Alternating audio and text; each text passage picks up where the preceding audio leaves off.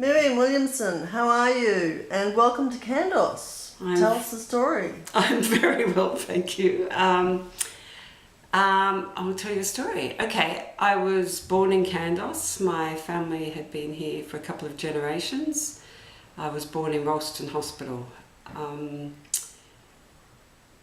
My family is still here at Russell Road at the base of Rocky Mountain. So we're a bit like the Waltons, had a quite long relationship with the mountain. I'm one of 7 kids. My parents had 2 lovely children, a son and a daughter, and then the Dominican nuns came to Kandos and converted my mother into Catholicism, and there were 5 babies born 18 months apart, of which I'm one. So I'm 6 of 7. So we can probably thank the Dominican nuns for my being here today. And my work for Cementa is right next to the old mission school on the plateau near Margot's house. That work references the original dwelling that my grandfather built in 1923 during the Great Depression. He came from Hill End across to Kandos to work in the mines, and this was pre the cement works. And it was a hut made of hessian bags and branches from Rocky Mountain, trees that were cut down there, and corrugated iron. And at that time, a bit like now, lots of people were fleeing from the high cost of housing in Sydney and coming to the bush and setting up these temporary structures to kind of ride out the Great Depression. In the Gardens of Stone, you can still see, you'll be walking through the bush, you'll see these big sheets of corrugated iron, and that's actually part of the original roofing of these places.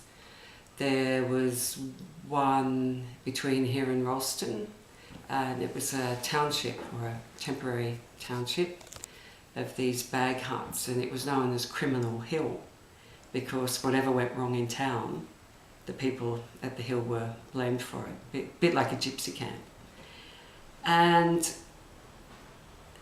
the cement works opened, and my Uncle Bill, who still lives in this town today, 93 years of age, was telling me that from the air, from up at Rocky, you could see a circle, an almost like wagon wheel circle from the pathways that people walked from the various temporary bag hut dwellings into their work at the cement works.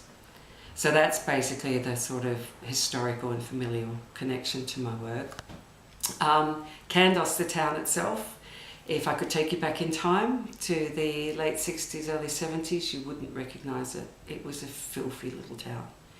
It was covered in grey dust, cement dust, even the trees.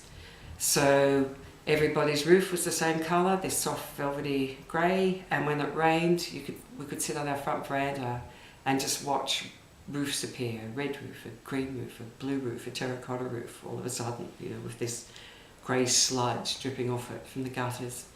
And the trees would change colour. They would suddenly go from what I thought were very pale grey gums into quite nice green trees. And so I just wish I could sort of cover the town in dust one day so people got a bit of an idea of wow, dirty old town. That's fantastic. Thanks, Miriam. Okay. And lovely talking to you. And to you, Fleur.